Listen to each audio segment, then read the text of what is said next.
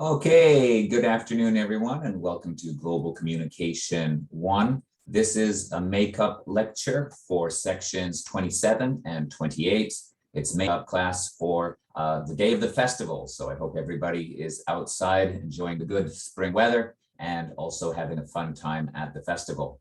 Please make sure that you watch this video and complete the participation assignment. You can upload it to Cyber Campus anytime before the beginning of class next Wednesday, May the 25th. I hope you enjoyed today's activity. Today's activity is called A Good Country to Live, or A Good Country to Live In. And this is an activity where I want to take a look at what it means to be a good country. What does it mean if we say a country is a good country to live in?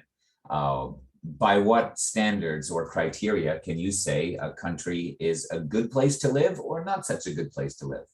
I think it's important to remember, especially in this globalized world, that every country has its good sides and bad sides, and it's important to take a balanced view, not only of other countries, but also our own. So if I think about how you could possibly assess a country, come to an opinion on it. If I wanted to choose any particular country and say whether I thought it was a good country to live or not, there are many different things that I could possibly look at. I might look at the people or the culture. I might take a look at the food. Beyond the food, I would be interested to know, well, what is the geography like? Tell me about the land. Does it have, is it big? Is it small? Does it have mountains? Is it located near the ocean? Tell me about that. How about the environment? Is it very clean? Is it very dirty? What are the good and bad points of its environment? And for people growing up, obviously the education system is something that you might want to think about, what are the good and bad points about the education system? Now, in class, what I normally do is I put students in groups and I ask them to put together a list of things that are good about South Korea and things that are not so good about South Korea. In particular, the people, the culture, the food, the land, the environment, and the education system, but any other criteria or any other categories are also fine. What I also like to do is to take a look at my own country and give that as an example, because I've heard from many people over the years, oh, Canada is a very good country to live, or a good country for living. And while that is true, it's important to note that that no country is perfect, and that it's important to have a balanced perspective. So I'd like to spend a couple of minutes taking a look at my own country and thinking about, well, if I had to do this exercise, what would I say is good about my country and what would I say is not so good about it? So if I start off with the good stuff, the people, I think overall Canadians are kind. In particular, they're kind to strangers. If you are lost and you need help, someone will help you. When you walk through a door in a building, if somebody is walking in front of you, they will hold the door open for you. It's actually considered very rude if you don't hold the door open for someone. And if you bump into somebody on the street, it's very important for both people to say sorry, regardless of who bumped into who. If someone doesn't say sorry, then they are considered quite rude. So there's a lot of public etiquette, especially between people that don't know each other well. We expect people to be kind, even though we don't know that person. As for the culture, it's quite open-minded.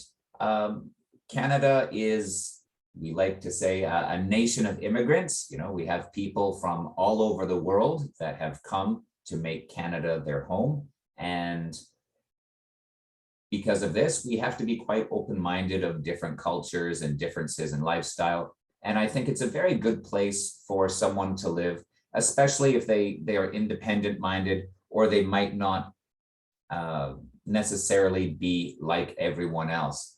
I think Canada is quite proud of the fact that gay marriage is legal, for example. There's no discrimination based on sexual orientation legally, as well as freedom of religion, freedom of speech. Marijuana is legal. You have the right of movement. It's a very, very open-minded society. Do what you want, be what you want, say what you want.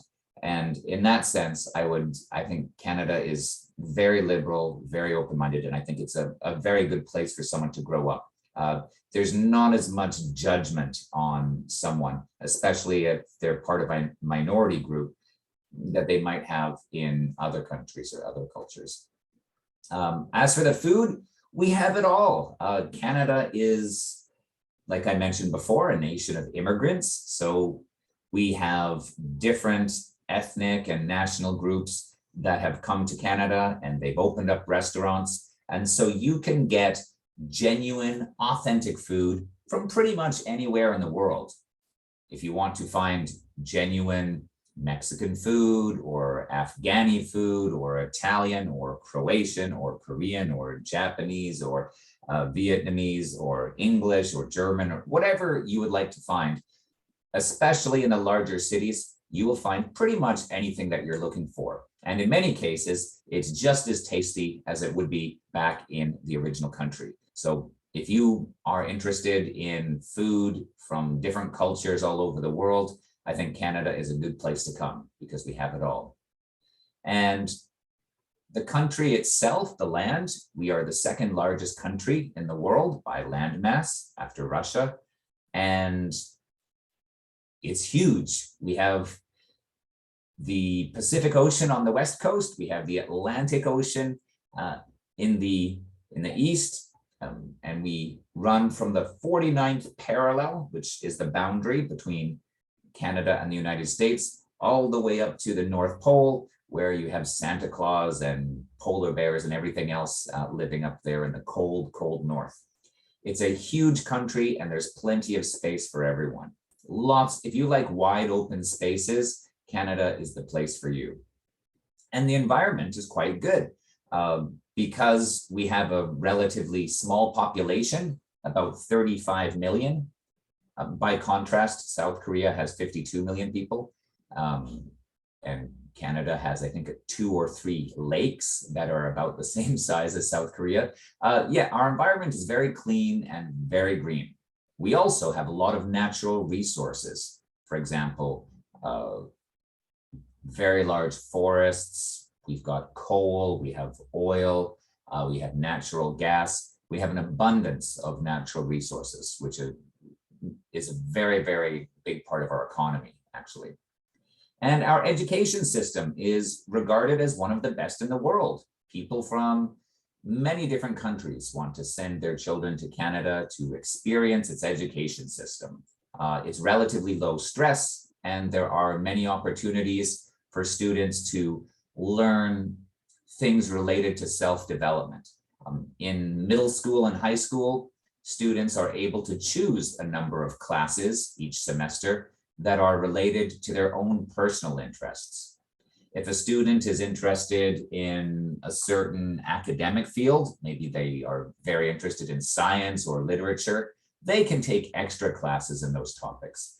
If someone is more artistically inclined, they can take classes in acting, music, and band, different types of arts. There are many, many different options. Of course, these options do vary depending on what part of the country you live in. But I think compared to many other countries, there is a lot of good things that you can say about Canada's education system. Low stress. There is no SAT to get into university. You just apply to university with your high school grades. And if your grades are good enough, then you can go to university.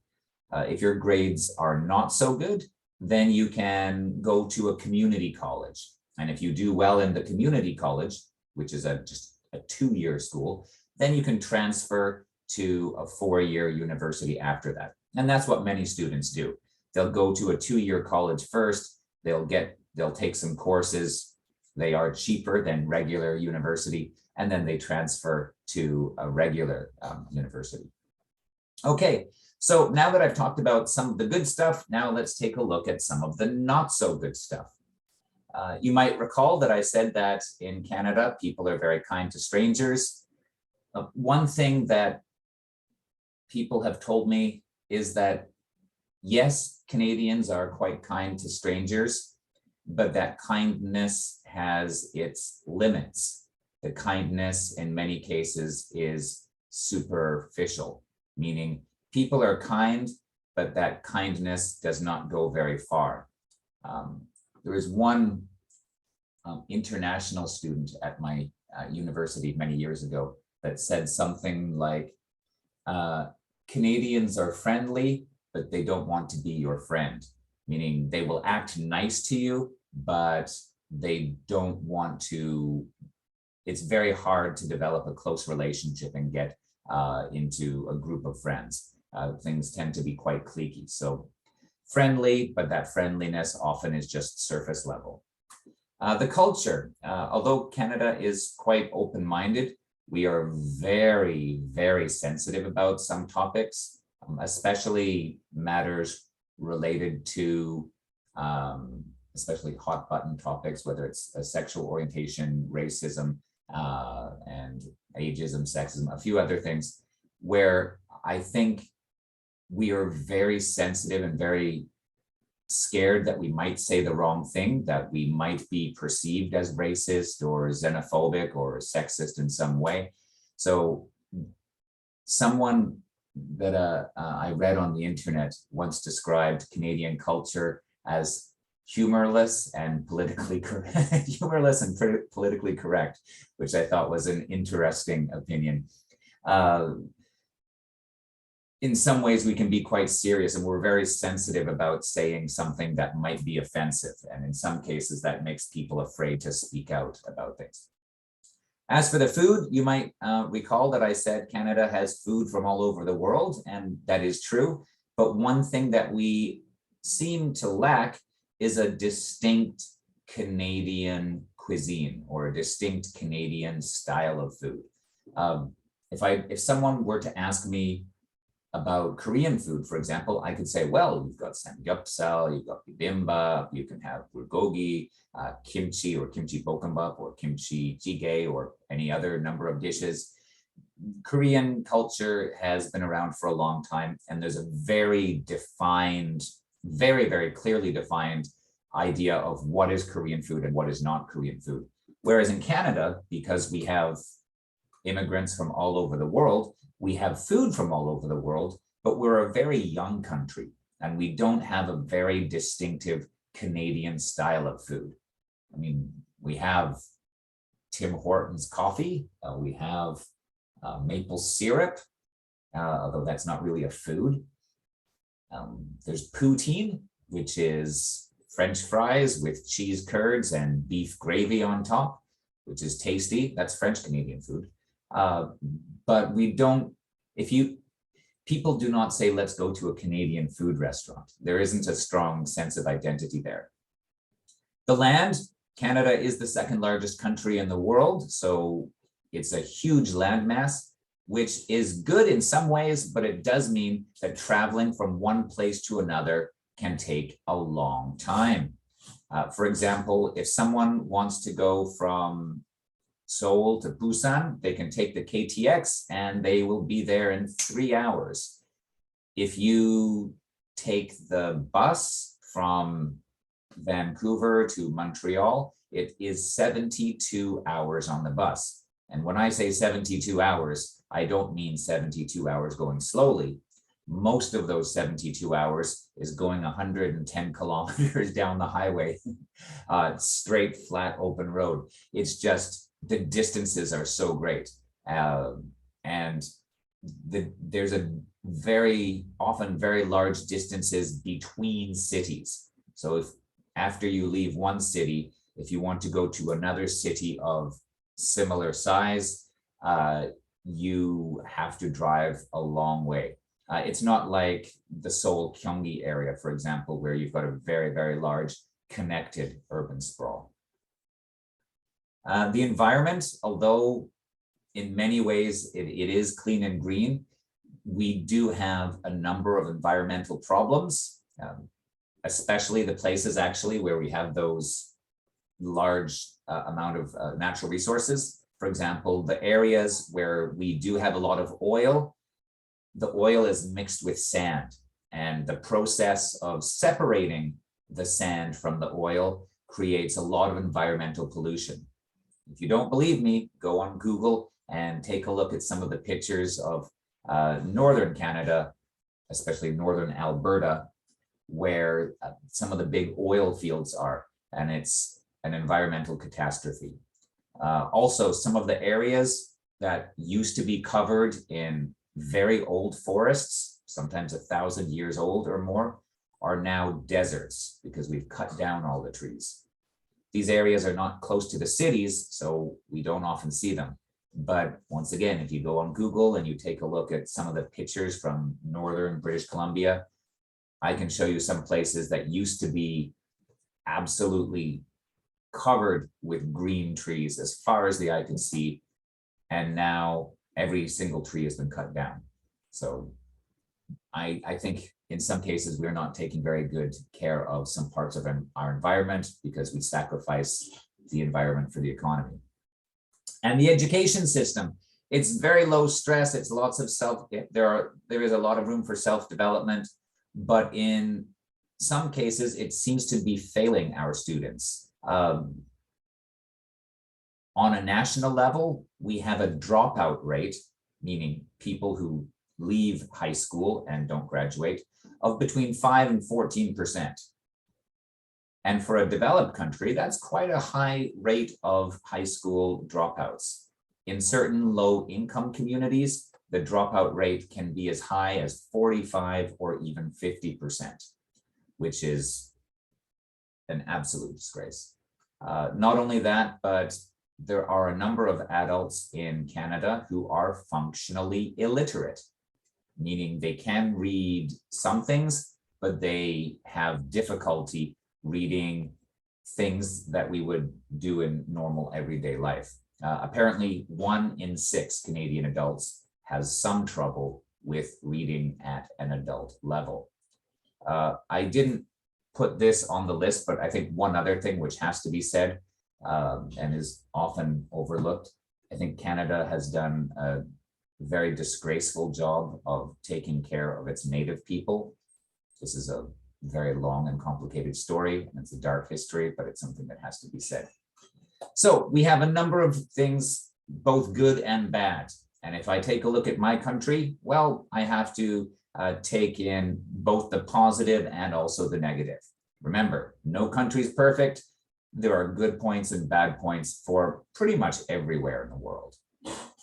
And at this point in class, I would normally put people into groups and ask them to list the good and bad things about South Korea. Now, for this online lecture, I will not ask you to do that because I will be asking you to do some other activities, but I would like you to keep this in mind just for yourself.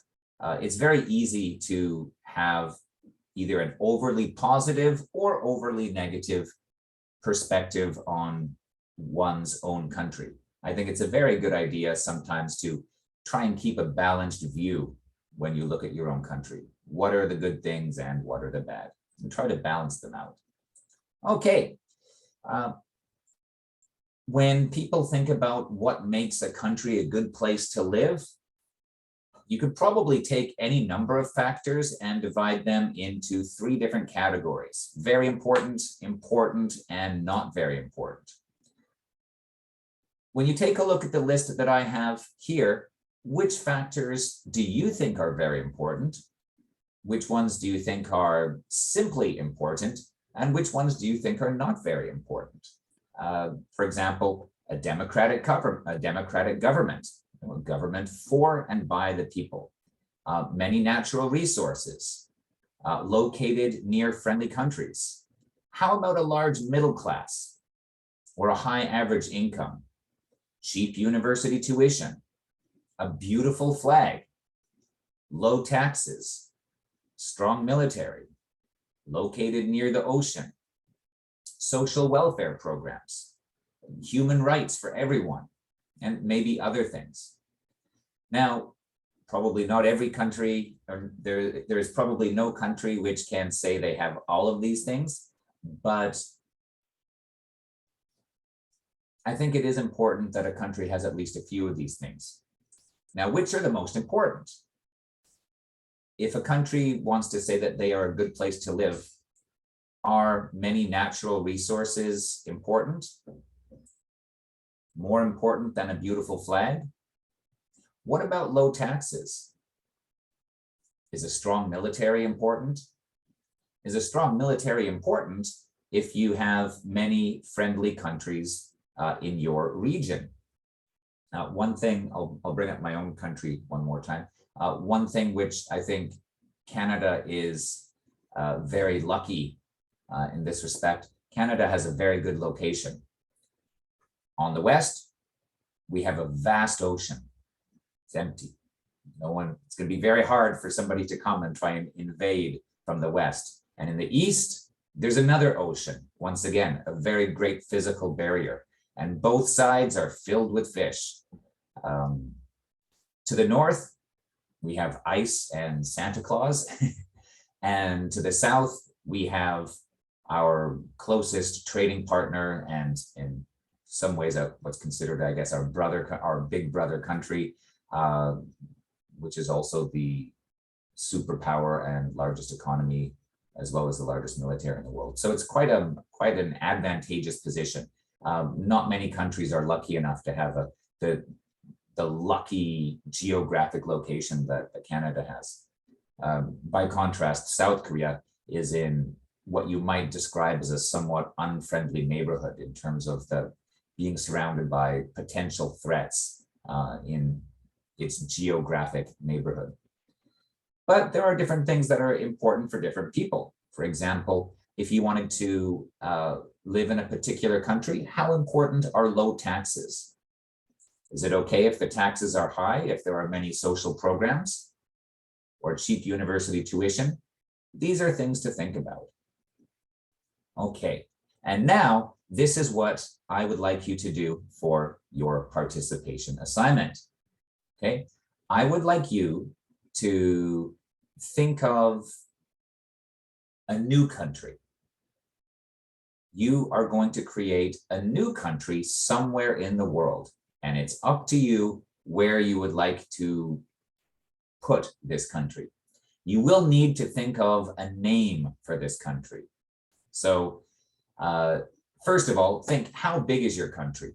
Is your country very large? Is it the size of the United States? Is it a small island country like Singapore, or a large island country like Australia? Or is it the size of France? Whatever size, that's up to you. So how big is your new country? And where would you like this new country to be located? Do you want to put it somewhere in Asia, somewhere in Europe, somewhere in America, etc.? What kind of government would you like your new country to have? Would you like it to be a democracy? Would you like it to be a monarchy? A monarchy is a king or queen. There's two types of monarchy. There's the absolute monarchy. That's where the king or queen is like God. They can do anything. They have absolute power. And then there is a constitutional monarchy, and that is where the king or queen does not have political power. They're more of a symbol of the country.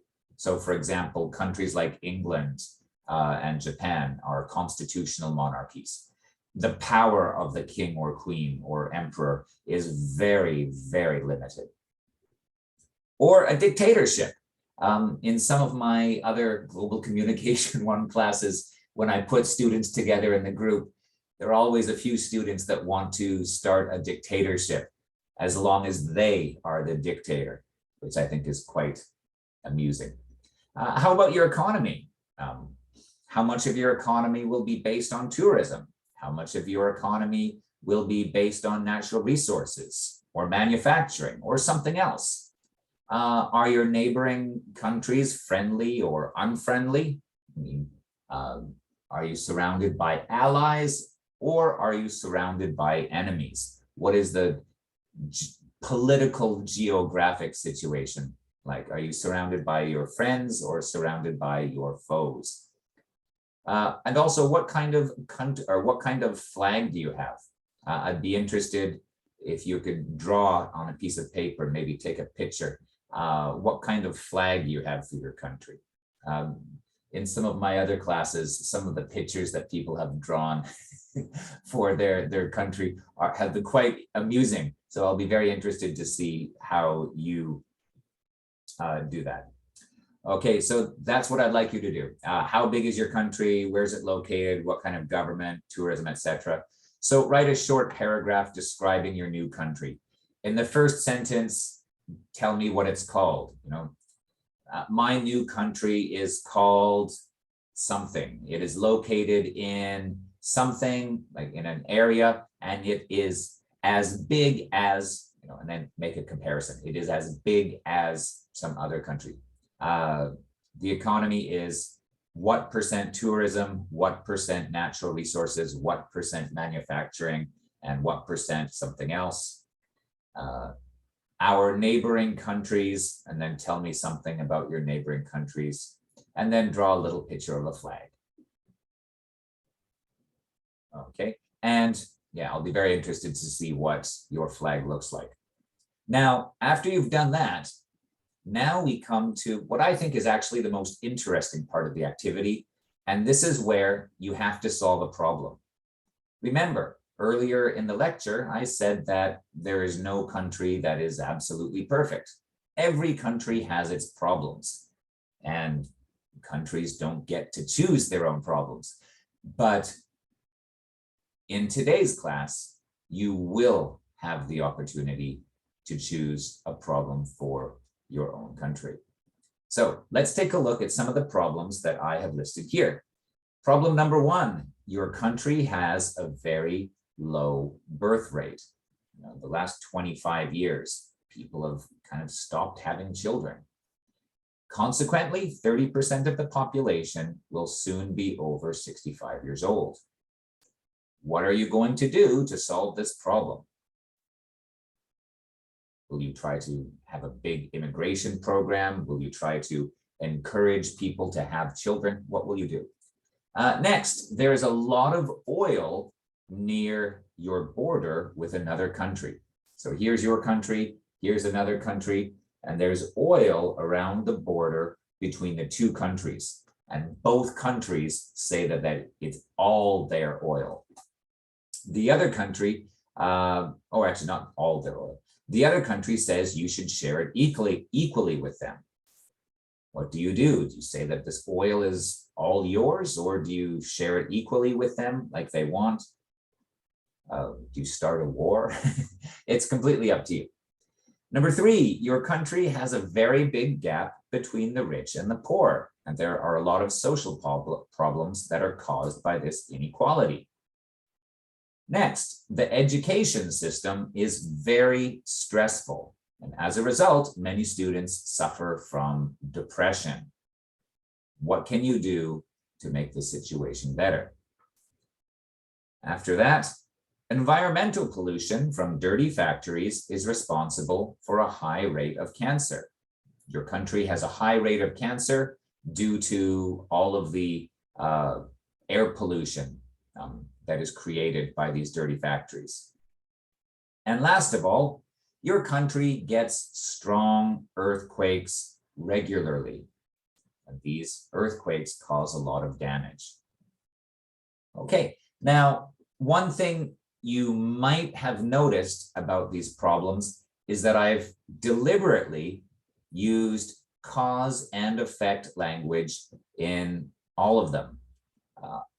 In our previous class, we took a look at cause and effect language, and I also had you read the essay about how owning a pair of shoes can have many positive effects on a child's life.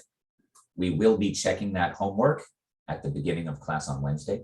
If you take a look at these problems, you will see that they're that there is cause and effect language that is used to describe these problems. Your country has a very low birth rate. Consequently, so as a result of that low birth rate, 30% of the population will soon be over 65. There's a lot of oil near your border. Because of this, the other country says you should share it equally with them. A lot of social problems are caused by the gap between the rich and the poor. The education system is very stressful. As a result, many students suffer from depression. Environmental pollution is responsible for a high rate of cancer. And last of all, your country gets earthquakes, which cause a lot of damage. So you can see how I've used the cause and effect language there. These are all examples of cause and effect language that I talked about in the previous class. If you go on Cyber Campus, you can see the PowerPoint and you can see the different cause and effect examples I used in each case. So what I would like you to do is choose one of these problems, just one, and then in a few sentences, tell me what you would do in order to solve that problem or try to solve that problem. Okay, so what I would like you to do is upload that to Cyber Campus assignments. I will put a special thing up on Cyber Campus assignments. So write a very short paragraph just telling me about your new country. And then after that, write a few sentences where you choose one of these problems and you tell me how you would like to assess that. Don't forget, if you can take if you want to draw a picture on the MS Word file, if you're good at clipboard art or something, you can do that. Or if you just draw the picture on a page and then you take a picture and then you attach it, that's fine too. Either way is fine. I'm just curious to see what your flag would look like. So that's all I'm asking for. So 3 things. Yeah, write a short paragraph, draw a flag, and then solve a problem. This is what we would have done in class if we didn't have the festival today. And that's what my other students in Global Communication 1 have done. So I am going to bring our lecture to a close now. And I'd just like to say once again, I hope everybody enjoys the festival. I hope you have a great time this weekend, and I will see everybody in class on Wednesday. So please watch this video and complete the participation assignment before class time on Wednesday. All right, thank you very much. Thank you for joining. I will be checking attendance electronically, so please make sure you've watched this video until the end. Okay, bye now.